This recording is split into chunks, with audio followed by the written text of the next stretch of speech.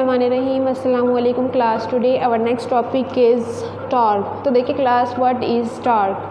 Definition देखें, the turning effect of a force is called torque. कि हम कोई किसी भी बॉडी के ऊपर जब फोर्स अप्लाई करते हैं तो क्या है, उसमें जो टर्निंग इफेक्ट पैदा होता है वो उसका क्या कहलाता है, टॉर्क कहलाता है। मीन टू से किसी भी बॉडी के ऊपर जब हम फोर्स लगाएंगे वो क्या करेगी, रोटेट करेगी अपने एक्सिस ऑफ रोटेशन के गिर्द या about the axis of rotation, वो हमारा क्या कहलाएगा, टॉर्क कहलाएगा। तो देखिए क्लास, इसकी इक्वेशन या मैथमेटिकली हम इसे कैसे डिनोट करेंगे, torque is equal to R cross F. R हमारा क्या है, मोमेंट आर्म है, एंड एफ क्या है, फोर्स है। तो देखिए क्लास, इसे नेक्स्ट हम कैसे लिख सकते हैं, are F sine of theta and unit vector. तो देखिए क्लास, हमारे पास इसका यूनिट क्या होगा, यूनिट हमारा है न्यूटन मीटर, क्योंकि कि हम फोर्स को न्यूटन में मेजर करते हैं एंड जो मूवमेंट आर्म है, जो डिस्टेंस है, उसको हम मीटर में मेजर करते हैं। डायमेंशनली हम इसे कैसे डिनोट कर सकते हैं, ml²t-2।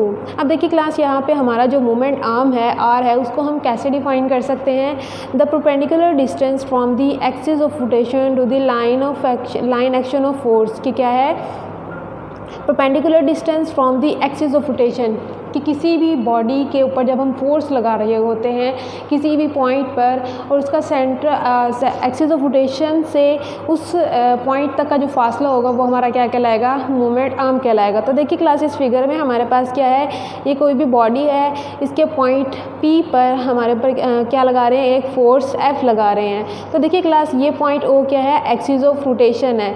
तो देखिए क्लास, इस पॉइंट P और इस एक्सिस ऑफ रोटेशन के दरमियान जो फासला है वो हमारा क्या कहलाएगा, मोमेंट आर्म कहलाएगा। इसकी एग्जांपल देखिए class, tightening and loosing of nut with a spanner. कि क्या है, किसी भी स्पैनर के ज़रिए हम जब नट को टाइट करते हैं या लूज़ करते हैं, वो भी हमारे पास किसकी एग्जांपल है, टॉर्क की एग्जांपल है, क्योंकि हम स्पैनर के हैंडल पे क्या लगाते हैं, फोर्स लगाते हैं, जिसकी वजह से वो नट में क्या है, टर्निंग इफेक्ट पैदा होता है, जिसकी वजह से उसको हम टाइट कर सकते हैं या लूज़ कर सकते हैं।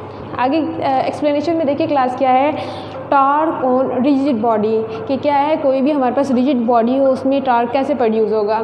तो देखिए क्लास, जब भी हम उसके ऊपर फोर्स लगाएंगे तो वहाँ पर हमारे फोर्स के दो कंपोनेंट्स होंगे। फर्स्ट कंपोनेंट क्या है, F sine theta is perpendicular to R. तो देखिए क्लास, इस फिगर में हमारे पास ये रिजिड बॉडी है जिसके पॉइंट P पर हमने क्या लगाई है, एक फोर्स F अप्लाई की है। तो देखिए क्लास, एक्सिस ऑफ रोटेशन से इस पॉइंट P का तक का जो परपेंडिकुलर डिस्टेंस होगा, मीन टू से जिस पॉइंट पर हमारा फोर्स अप्लाई हो रही होगी, और एक्सिस ऑफ रोटेशन से इस पॉइंट तक का जो फासला होगा वो हमारा क्या कहलाएगा, मोमेंट आर्म।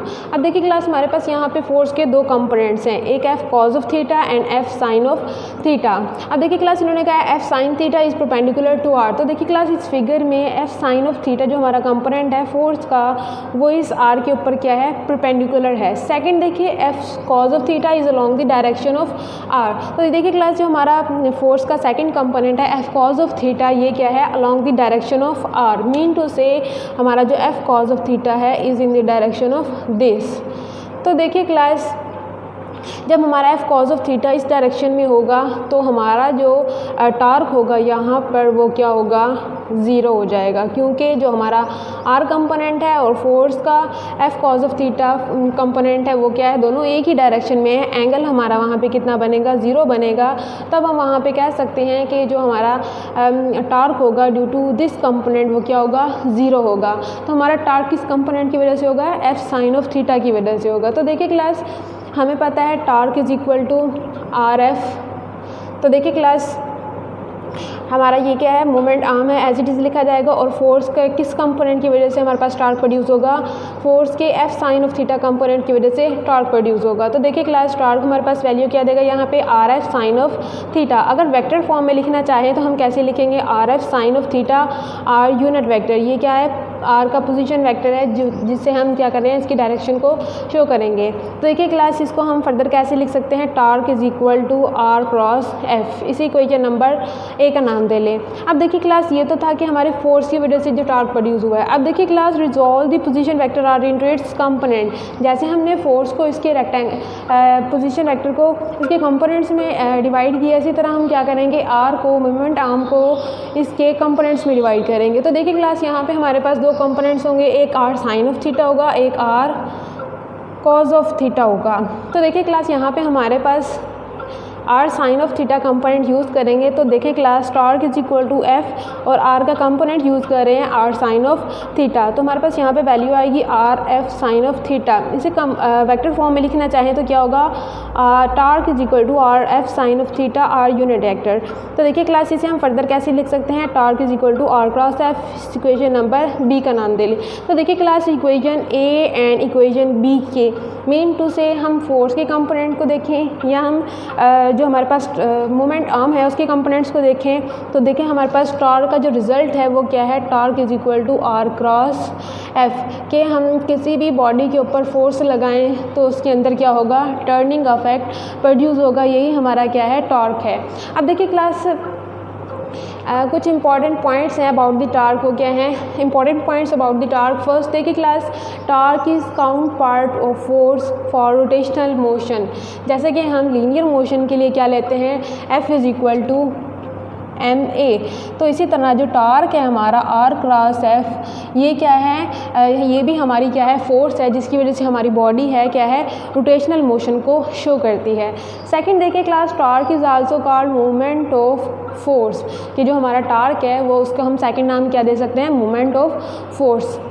थर्ड देखिए क्लास क्या है, torque determines angular acceleration in a body, कि क्या है, टार्क की वजह से हम किसी भी बॉडी के अंदर जो एंगुलर एक्सेलरेशन प्रोड्यूस होता है उसको डिफाइन कर सकते हैं। हमारे पास एक रिलेशन है, torque is equal to I alpha. तो torque is equal to moment of inertia and ये क्या है हमारे पास, एंगुलर एक्सेलरेशन। तो क्या है, टार्क की वजह से हम क्या किसको डिफाइन कर सकते हैं, एंगुलर एक्सेलरेशन को डिटरमाइन कर सकते हैं। लास्ट देखिए क्लास क्या है हमारे पास, clockwise torque is taken as negative, कि हमारे अगर टार्क की जो डायरेक्शन हो अगर वो हो क्लॉकवाइज तो हम उसे क्या लेंगे क्लास, टेकन एज नेगेटिव, उसे हम क्या लेंगे, नेगेटिव। अगर and anticlockwise torque is taken as positive, कि जो हमारे टार्क की अगर डायरेक्शन हो एंटी क्लॉकवाइज उसे हम क्या लेंगे, पॉजिटिव लेंगे। यही हमारे पास आज का टॉपिक था। That's it, thank you.